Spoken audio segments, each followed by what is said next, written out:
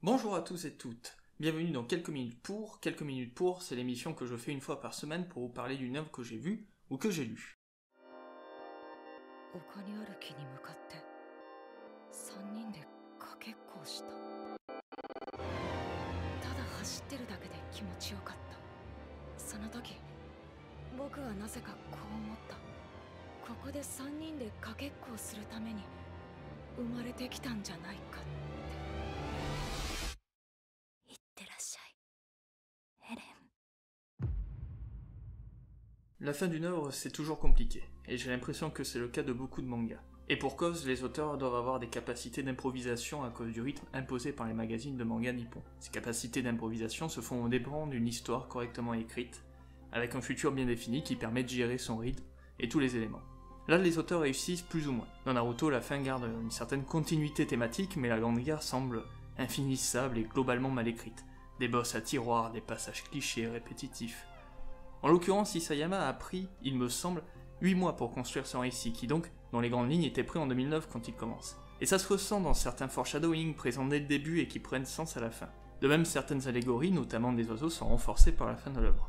Pour ne pas faire un épisode d'une heure, et comme le prochain Project Art sera centré dessus, je vais vraiment me centrer sur 7 épisodes d'une heure et demie. Au niveau de l'histoire, on est dans la continuité directe de l'épisode précédent d'une heure. On reprend même les 2 dernières minutes. Les personnages principaux arrivent sur le dos d'Eren et sont prêts à lui détruire la tête. Mais les anciens titans primordiaux leur barrent la route. Alors que tous sont perdus, le titan volant de Falco les sauve avec l'aide de Gabi et d'Annie. Les héros vont reprendre le dessus et arrêter le grand déracinement, quand Sig va sortir du corps d'Eren pour laisser Levi terminer sa mission. Armin explose la tête d'Eren qui revient après une scène de félicité sous forme de titan colossal afin de récupérer le ténir cosmique et recommencer le grand terrassement. Il sera enfin tué par Mikasa qui sauve l'humanité entière. On comprend qu'Eren a fait tout cela pour que ses amis deviennent des héros et empêcher le reste du monde de raser Paradis. Il éradique également le pouvoir des titans afin que le peuple d'Ymir ne s'offre plus de la mauvaise image qu'il possède.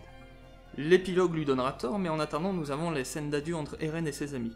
Les héros retrouvent leurs proches. Le monde est sauvé pour l'instant, Armin et les autres vont tenter de transmettre leur mémoire pour donner une leçon aux 20% d'êtres humains restants.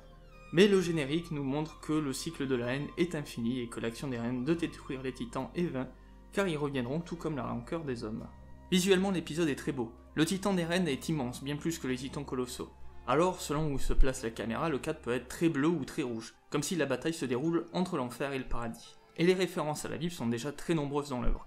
Les Eldiens, qui viennent d'Éden, le grand terrassement n'est pas sans rappeler la fin du monde selon la Bible.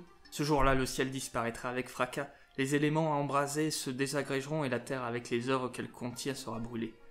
Ça rappelle quelque chose. L'animation est exceptionnelle dans les plans séquences superbement animés. Et il y avait de quoi avec tous ces titans, aux capacités différentes, et qui mettent des bâtons dans les roues de nos protagonistes. Certains designs de ces titans sont super intéressants. Le titan Minotaure, le titan Serpent, les différents titans marteaux d'armes avec des armures qui rappellent les armures de différentes époques.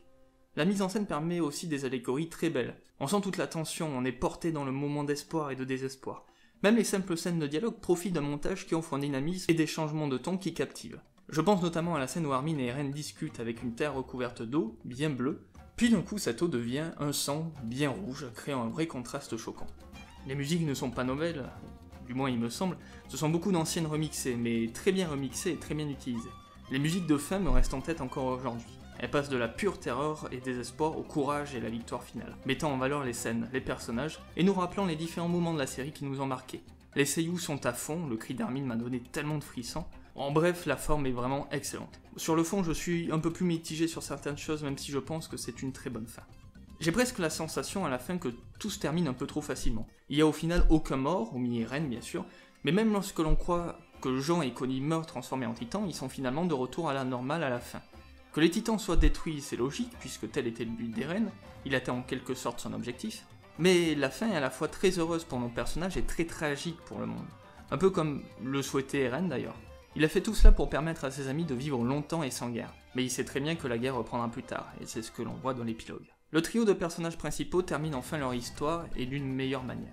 Armin devient le héros sauveur de l'humanité, comme nous le dit Eren depuis le début de la série. Il rattrape un peu son erreur, entre guillemets, d'avoir montré ce livre sur le monde extérieur à Eren, qui lui a donné ce rêve de liberté en lui montrant le magnifique coquillage qu'il a récupéré la première fois où il a vu la mer.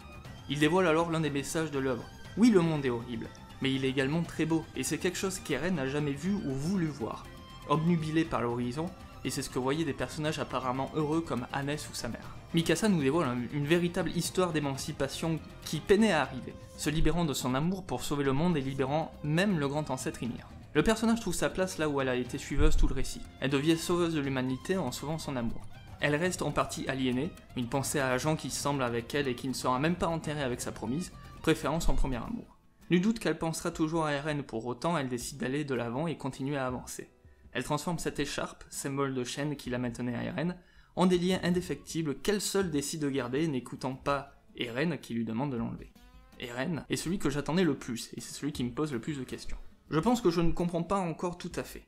Je n'arrive pas à comprendre s'il avait tant d'influence sur tout ce qui s'est passé ou s'il était vraiment piégé dans ce futur. D'un côté, c'est lui la cause de la mort de sa mère, il dit lui-même qu'il a détourné le titan souriant pour créer ce futur, mais il semble avoir été déboussolé par ce pouvoir, lui faisant presque perdre la tête, et j'avoue que j'aimais bien l'idée qu'Eren devienne un protagoniste pur jus, ne voulant que la destruction du monde, éradiquant tout le monde pour sa liberté seule. En vérité, ce qu'il fait est pour sa liberté, idéal qu'il n'atteindra jamais, mais surtout pour ses amis, ce qui est sans doute plus cohérent avec le personnage dépeint dans la série que juste un fou dangereux. C'est surtout moins manichéen comme personnalité et le mangaka s'est efforcé à nous montrer des personnages qui ne sont ni noirs ni blancs.